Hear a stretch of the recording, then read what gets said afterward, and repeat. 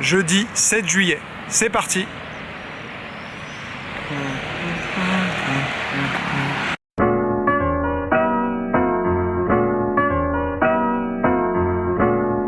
Je me dirige au club pour donner un cours particulier de boxe anglaise.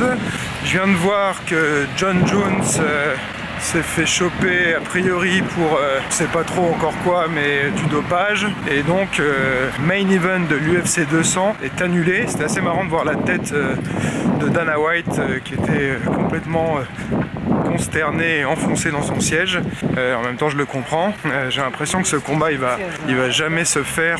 C'est vraiment un combat maudit, encore plus que José Aldo contre Conor McGregor. En plus, je regardais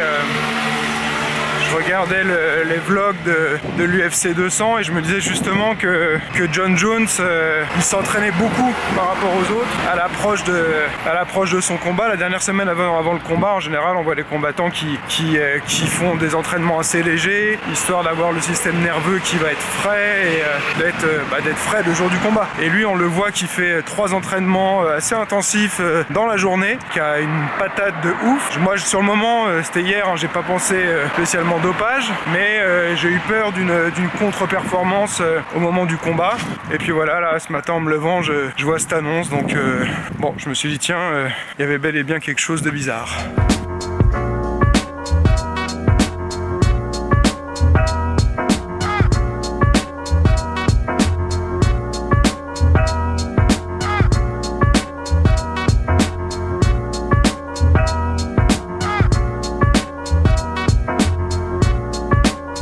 Hello.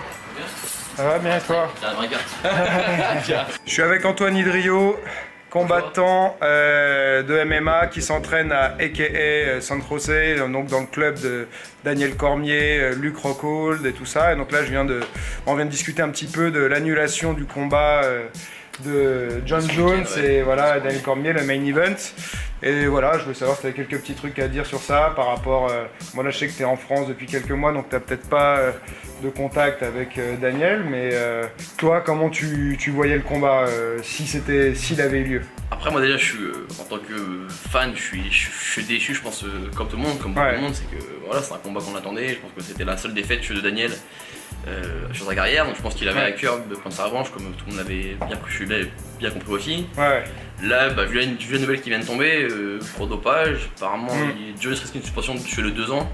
On va faire de la musculation, dernière semaine de préparation. Je sais pas si ça a été vraiment filmé la dernière semaine de la l'UFC, mais a priori c'est le cas quoi. Enfin, après chacun ses méthodes d'entraînement, tout ça, mais je pense que c'est... Il faisait des grosses séances et je te dis à un moment il dit voilà, là, c'est mon 3e entraînement de la journée et tout, et c'était pas des petits entraînements quoi. Et du coup là je me dis mais ce combat là, je sais pas s'il va avoir lieu un jour, hein, parce que Daniel Cormier il va peut-être pas continuer à combattre non plus. Il va réagir, donc voilà. Si c'est dans 2 ans, je pense que... Ouais, dans 2 ans.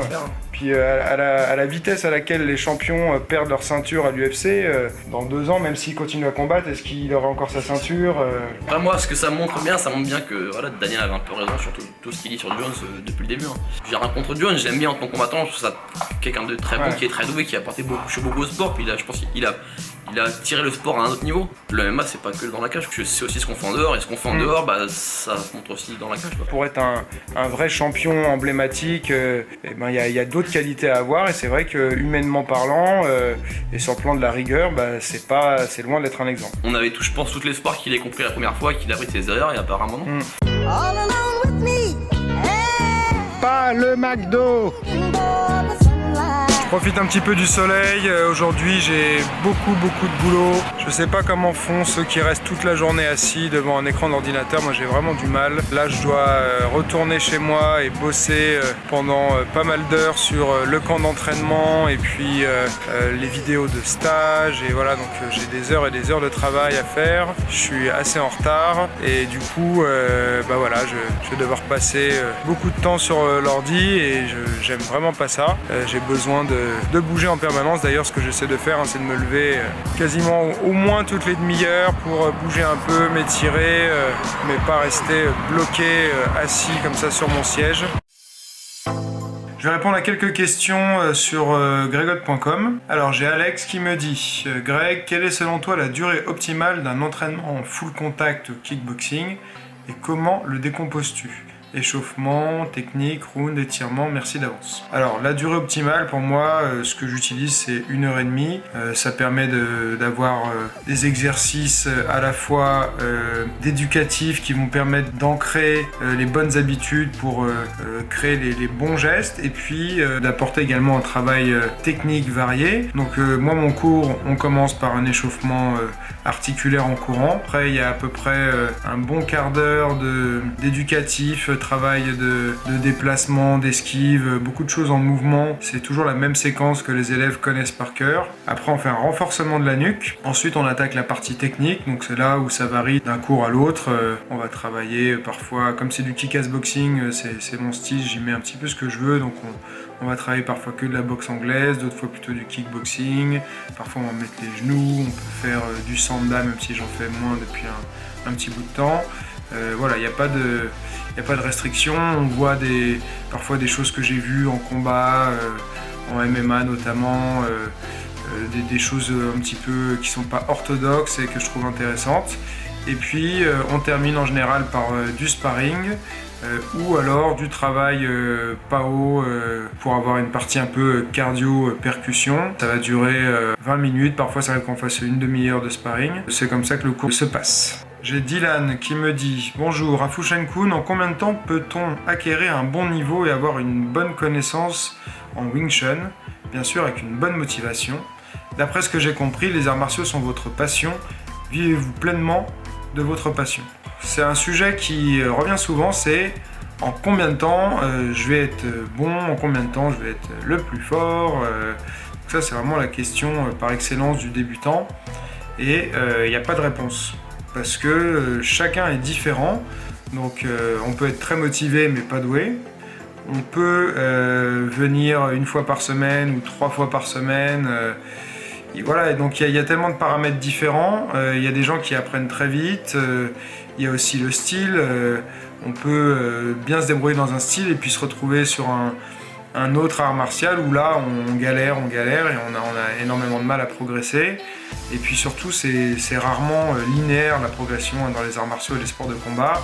On a tendance souvent à progresser assez rapidement au début, après ça stagne un petit peu et c'est là aussi que la patience va rentrer en jeu. Donc il y a beaucoup de gens qui sont tout le temps dans ce début d'apprentissage où on progresse très vite et en quelque sorte c'est facile et qui passe d'un art martial ou même d'un sport différent de l'un à l'autre en permanence pour tout le temps être dans cette phase, et ce qui fait qu'ils approfondissent jamais rien. Donc moi c'est pas quelque chose que je recommande. Pour moi, pour vraiment bien maîtriser quel que soit le sport, c'est vraiment plusieurs années. Ensuite, sur la partie est-ce que je vis pleinement de ma passion? Oui, je vis pleinement de ma passion. C'est mon boulot à plein temps. J'ai fait pas mal de choses entre les cours collectifs, les cours particuliers, les vidéos gratuites sur internet, les vidéos payantes sur Greygot. J'ai également une boutique où je vends une boutique en ligne où je vends des kettlebells. J'ai créé ma propre marque de matériel d'entraînement avec plein de matériel, des élastiques, des rouleaux de massage, voilà, donc qui s'appelle Forket. Et tout ça, ça me permet de vivre pleinement de ma passion. Léa qui me demande, peut-on s'améliorer en boxe sur un sac de frappe ou tout du moins acquérir les bases? Si oui, comment? Merci, Superblood. Alors, j'ai fait de nombreuses vidéos au sac de frappe, donc c'est un outil que j'adore et que j'utilise depuis mon adolescence très régulièrement. Actuellement, je fais souvent au moins 2 séances par semaine au sac de frappe, parfois plus. Pour moi, on peut acquérir des bases sur le sac de frappe, mais bien sûr, il faut que ce soit encadré. Donc, moi, dans mes cours particuliers, je fais régulièrement faire du sac de frappe à mes élèves. Pas que ça, mais c'est quelque chose que je fais faire très souvent. Donc à travers les vidéos aussi que je propose, ça peut être un bon outil. On peut au départ apprendre les techniques dans le vide pour travailler vraiment sur la gestuelle et puis ensuite commencer à frapper un petit peu sur le sac de frappe déjà pour Ça va permettre de vérifier le positionnement du poignet, l'alignement du corps, se rendre compte de ce qu'on arrive à dégager comme vitesse, comme puissance. Donc voilà, c'est un outil vraiment hyper intéressant. Et puis par la suite, on va pouvoir s'en servir pour travailler ses enchaînements, travailler son cardio, voilà, tout un tas de choses. Donc sac de frappe à consommer sans modération. Deb, assis, assis, allez, c'est bien, allez.